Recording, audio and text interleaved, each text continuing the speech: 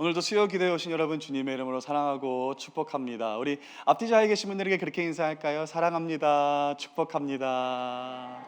사랑합니다. 축복합니다. 예. 요즘에 사랑한다라는 말 표현보다 이걸 좀 더 사용하는 것 같더라고요. 그래서 우리 다시 한번 인사하실 때는요, 우리 매너리즘에 빠져 있는 우리의 영혼을 다시 한번 일깨워서 다시 한번 진심으로 사랑합니다. 축복합니다. 인사하면 어떨까요? 정말로 사랑합니다. 진심으로 축복합니다. 우리는 인생을 살다 보면 도저히 사람의 지혜로는 답할 수 없는 질문들을 맞닥뜨릴 때가 있습니다. 정말입니다. 저희 첫째 딸이 조금 더 어릴 적에 가족을 사랑하는 마음으로 자신이 아끼는 스케치북에 이 가족 그림을 그렸던 적이 있습니다. 근데 그 그림이 제가 아무리 객관적으로 봐도, 아무리 냉철하게 바라봐도 너무 잘 그린 것입니다. 굉장히 뛰어난 거예요. 그래서 제가 우리 그 딸아이를 보면서 제 칭찬을 그냥 아끼지 않고 쏟아붓기 시작했습니다. 너 정말 잘 그렸다. 이거 너가 정말 그림 맞느냐? 아빠는 믿기지가 않는다. 이거 그림에서 빛이 나는 것 같다라고 하면서 호들갑을 떨면서 제가 아주 그냥 칭찬을 아끼지 않고 막 쏟아부었더니 우리 딸아이의 자존감이 아주 그냥 지붕을 뚫을 것 같더라고요. 근데 그렇게 한참을 칭찬하면서도 제 마음 가운데서는 이 가시지 않는 아주 작은 한 가지 불편한 게 하나 있었습니다. 그게 무엇이었는가 하면 그림 속에 엄마는 스케치북 중심에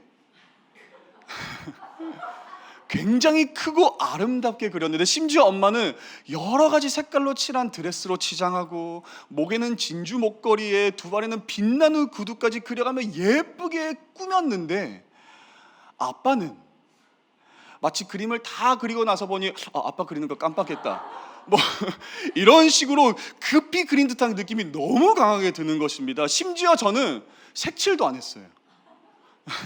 그냥 연필로 그린 게 다였으며, 엄마보다, 이게 중요해요, 엄마보다 키도 작고 수염이 많은 것입니다.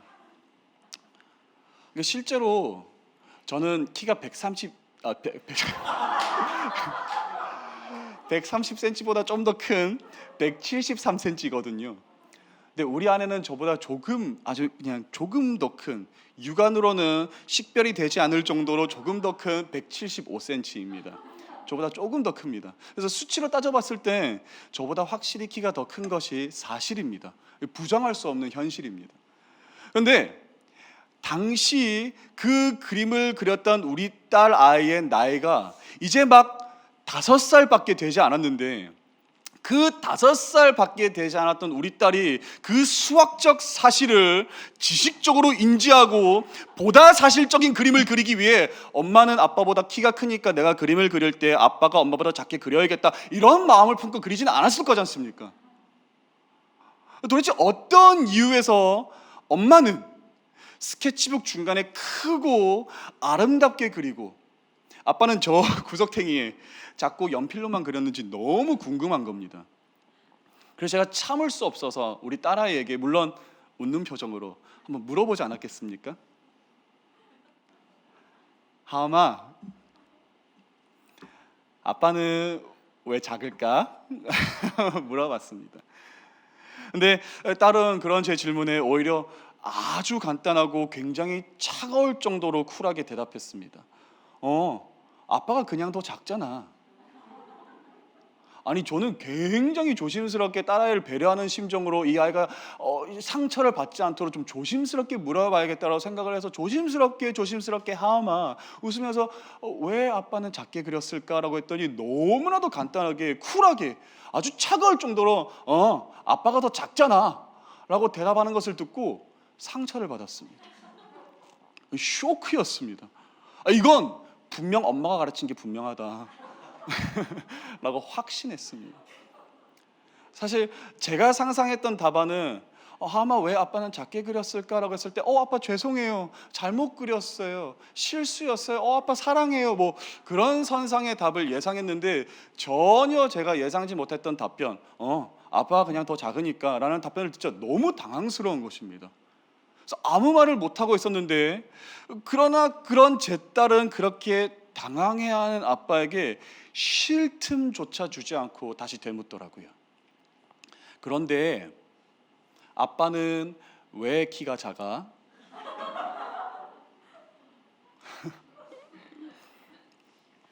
네, 그날 저는 다시 깨달았습니다. 사람의 인생에는 확실히 사람의 지혜로는 답할 수 없는 질문들이 있다라는 거. 저는 그날 5살 딸아이 앞에서 유구무원으로 침묵을 지킬 수밖에 없었습니다. 네, 우스갯소리로 딸 이야기를 했지만 사실 우리가 살아가다 보면 사람이 답하지 못하는 질문들을 얼마나 많이 마주하게 됩니까? 아무리 생각을 해봐도, 아무리 고민을 해봐도 도대체 답이 뭘까라는 질문들이 한두 가지가 아닐 거라고 생각을 해봅니다. 왜 선하신 하나님께서 다스리시는 이 세상에는 악이 존재할까? 왜 세상에는 자연재해가 있고 재난이 존재할까? 우리는 몇 개월 전 미국의 한 초등학교에서 일어난 총기 사건으로 아직 인생을 제대로 살아보지도 못한 어린이 19명의 죽음을 무력하게 받아들일 수밖에 없었는데, 하나님은 그때 어디에 계셨을까요? 지난달 27일 부산의 한 고층 아파트의 불로 일가족 3명이 숨지는 일이 있었는데, 그때 하나님은 어디에 계셨을까요? 왜 가난한 자는 갈수록 가난해지고 악인은 더욱 형통할까요? 왜 하나님은 죄 없는 이런 이들에게 고난을 허락하시는 것이며 사랑하는 이를 먼저 떠나보낸 우리에게 그것마저 충분하지 않아서 이토록 큰 아픔을 허락하시는 걸까요? 이런 거대한 질문들 앞에서 해답이라는 것을 유추하기 위해 많은 시도는 분명히 할 수 있겠지만, 결국엔 전능하신 자의 섭리와 계획 앞에선 입을 틀어막고 침묵을 지킨 욥의 모습처럼 겸손할 수밖에 없지 않을까 한번 생각을 해봅니다. 그러나 오늘 우리가 함께 읽은 이 사무엘상 본문은 하나님께서 왜 우리의 아픔을 승인하시는가, 하나님께서는 왜 우리의 아픔을 허락하시는가라는 난제를 부분적으로나마 이해할 수 있는 작은 힌트와 실마리를 우리에게 제공하고 있지는 않나 생각을 해봅니다. 우리는 성경을 보면 다윗이라는 인물을 보게 되는데, 다윗은 이스라엘 역사상 최고의 왕이었고 이스라엘이 가장 사랑했던 왕입니다. 하지만 그런 그의 대단한 명성에 비해서 그의 성경에서의 등장은 매우 초라합니다. 하나님께서 사울을 이스라엘 왕으로 버리시자 사무엘은 그 상심을 이기지 못하고 매우 슬퍼합니다. 그런데 그러한 사무엘의 모습을 바라보면서 하나님은 말씀하시죠. 그 말씀이 사무엘상 16장 1절에 있습니다. 여호와께서 사무엘에게 이르시되 내가 이미 사울을 버려 이스라엘 왕이 되지 못하게 하였거늘 내가 그를 위하여 언제까지 슬퍼하겠느냐? 너는 뿔에 기름을 채워 가지고 가라. 내가 너를 베들레헴 사람 이새에게로 보내리니 이는 내가 그의 아들 중에서 한 왕을 보았느니라 하시는지라. 그렇게 이스라엘 최고의 사사였던 사무엘은 하나님 말씀에 순종하여 이새의 집을 방문하게 되며, 사무엘의 갑작스러운 방문에 놀란 이새는 다윗을 제외한 자신의 모든 아들을 집으로 다시 불러 사무엘을 영접하라 라고 이야기합니다. 우리가 너무나도 잘 알고 있는 이야기죠. 용모로 보거나 이 외모로 보거나 이새의 아들들은 빠질 데가 없었습니다. 흠잡을 곳이 없었어요. 사무엘의 눈에 마저 그들은 이미 왕의 자격을 충분히 갖추고 있는 것처럼 보였다고 하니 말 다한 셈이지요. 그러나 하나님은 외모를 보시지 않고 사람의 중심을 보시기에 이새에게 정말로 아들들이 다 온 것인지 다시 묻습니다. 그리고 우리는 바로 이 장면에서 이새는 사무엘에게 다윗의 존재를 마지못해 알리는데, 구차하게도 이새는 다윗의 이름조차 언급하지 않습니다. 그저 막내가 아직 양을 치고 있다 라고만 부르는 거예요. 이것이 그 이스라엘 역사상 최고의 왕이었던 다윗의 성경 첫 등장하는 장면입니다. 이름조차 언급되지 않고 막내라는 거예요. 여기서 성경에서 사용된 막내라는 단어의 어원을 살펴보면 나이로 봤을 때 가장 어리다라는 의미보다는 가장 작고 연약한 자를 의미합니다. 그래서 영어 성경을 보면 이 막내라는 단어를 가장 어리다라는 표현의 의미로 쓰인 the youngest가 아닌 오히려 가장 작다라는 표현의 the smallest라고 표현하는 거예요. 그런 의미에서 그는 막내였다라는 것입니다. 우리는 성경의 이 부분을 별 생각 없이 지나칠 수도 있겠지만 사실 성경은 아주 정확한 의도를 가지고 다윗을 가장 작은 자, the smallest 라고 설명했음을 이해할 수 있어야 합니다. 오늘 본문을 보면 다윗은 그의 형들을 따라 사무엘 앞으로 나오지 못한 이유가 무엇이었다라고 설명하는가 하면 바로 그는 양을 지키고 있었기 때문에 사무엘 앞으로 나오지 못한 것이라고 설명을 하고 있는데, 양을 지키기 위해 사무엘 앞으로 나오지 못했다. 우리는 이것을 좀 더 고민해 볼 필요가 있다고 생각해 봅니다. 아시겠지만 그 당시 사무엘은 그저 존경받는 한 사람이 아닌 이스라엘의 왕정 시대를 최초로 수립한 사람으로서 이스라엘 역사에 막대한 영향을 미친 사람입니다. 그 사람이 바로 사무엘이었다라는 거예요.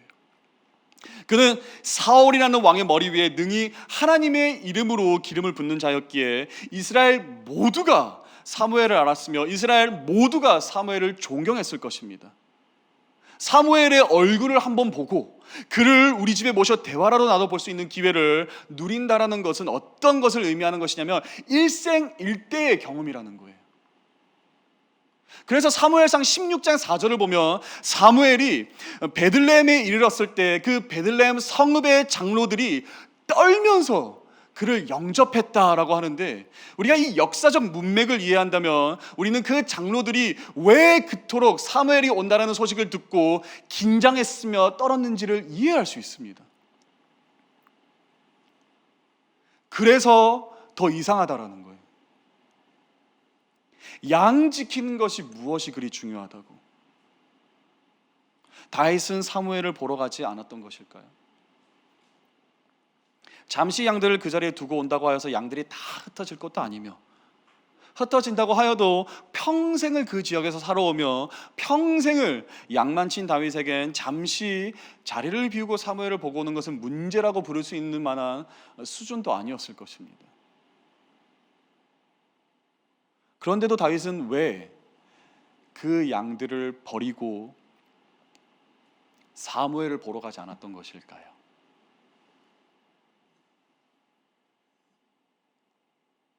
바로 그 양들 안에서 자기의 모습을 발견했기 때문입니다. 이 다윗 앞에 놓여있던 그 양들은 어떤 양들이었는가 하면 바로 형들이 사무엘을 보러 간다고 버리고 간 양들입니다. 사무엘이란 어마어마한 존재 앞에서 즉시 나 몰라라 버림받고 형들에게 내팽개쳐진 양들이었다라는 것입니다.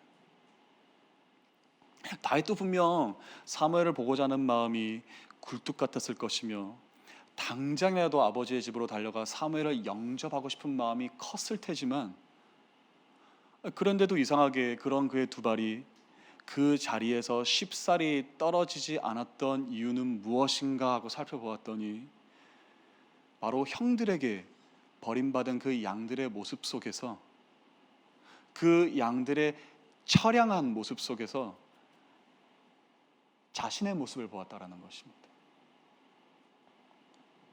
다윗도 작은 자였고 약자였고 서자로서 아버지의 사랑을 한 번도 제대로 받아보지 못한 사람이었습니다.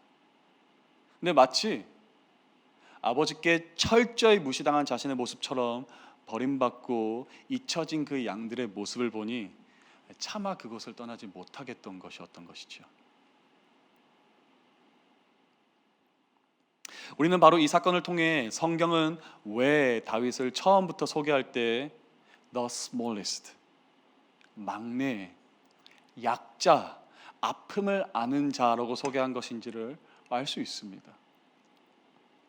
바로 고난을 알고 처량함을 아는 자만이 볼 수 있는 무언가가 있기 때문입니다. 형들이 보지 못한 그 양들이 굳이 다윗의 눈에는 보이고 다윗의 눈에는 밟혔던 이유는 다윗은 그 고난을 이미 겪었던 사람이었기 때문이며 그 고난을 너무 잘 아는 사람이었기 때문입니다. 우리가 사무엘하 7장을 보면 비슷한 이야기가 나옵니다. 다윗은 이스라엘의 왕이 되어 백향목으로 만들어진 궁전에서 살고 있었습니다. 백향목은 삼나무의 일종으로 모양은 우람하고 올고드며 수령은 2000년에서 3000년 된 것들도 있어서 능히 수목의 왕이라고도 부르기도 하는 품종입니다. 나무 자체의 향이 좋아서 상쾌함을 주고 수분에 강하여서 고급 집을 짓거나 배를 만드는 데 자주 쓰이는 재료이기도 하는데, 그런 백향목으로 만든 그의 화려한 궁전을 거닐다가 어느 날 다윗 자신의 눈에 무언가가 들어오는가 하면은 바로 여전히 천막 가운데 거하고 있는 하나님의 궤가 자신의 눈에 들어오는 거예요. 근데 그것이 다윗의 마음을 그렇게 아프게 할 수가 없습니다. 저는 이 장면에서 늘 생각해 보는 게 있습니다. 만약 다윗이 아닌 사울이 그 백향목으로 만들었던 화려한 궁전을 거닐고 있었더라면 사울은 과연 하나님의 천막을 보았을까? 물론 사울도 눈이 있었으니까 당연히 하나님의 천막을 보았겠죠. 하지만 제가 말하는 보았다라는 것은 그런 게 아닌, 사울도 그 천막을 보는 순간 천막에 거하는 아픔을, 집이 없는 서러움을 알았겠느냐라는 질문입니다. 성경은 이 사울이라는 인물을 처음 소개할 때 어떻게 소개하는가? 이렇게 소개합니다. 기스에게 아들이 있으니 그의 이름은 사울이요 준수한 소년이라. 이스라엘 자손 중에 그보다 더 준수한 자가 없고 키는 모든 백성보다 어깨 위만큼 더 컸더라. 당연히 저는 사울의 기분을 모르겠죠. 성경은 처음부터 사울은 약자가 아닌 강자로 소개하더라는 것입니다. 그리고 사울은 천막에서 살 때 느끼는 그 서러움과 비참함을 모르는 사람이었습니다. 그는 늘 엘리트 코스를 밟아온 사람이었으며 모두가 그의 아래에 있는 것이 상당한 익숙한 사람이었을 것으로 추정됩니다. 그러나 다윗은 천막에서 살아본 경험이 있는 사람이었습니다.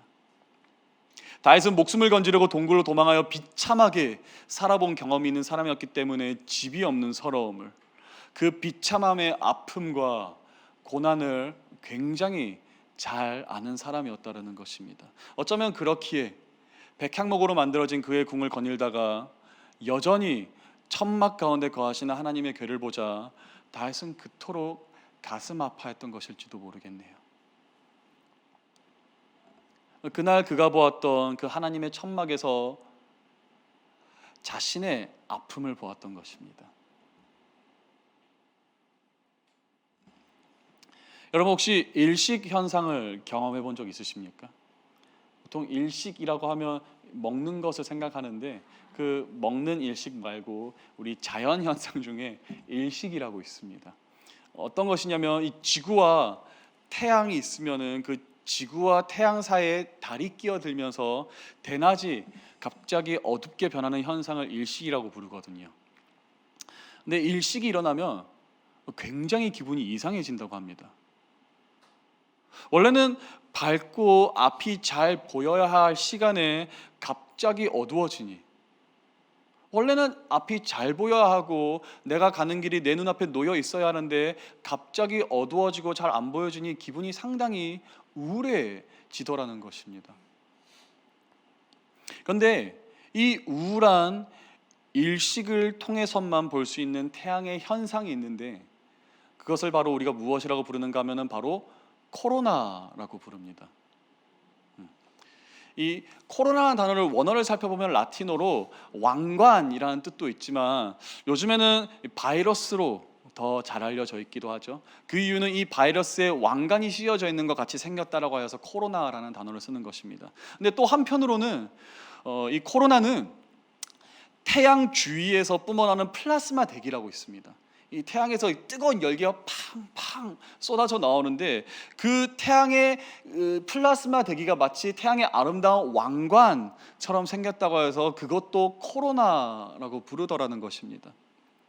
근데 재미있는 것은 평상시에는 이 태양을 눈으로 보기에는 너무 밝고 이 플라스마 대기의 온도만 약 100만 도가 넘어가기 때문에 육안으로는 이 태양의 왕관이라고 불리우는 코로나를 볼 수 없다라는 것입니다.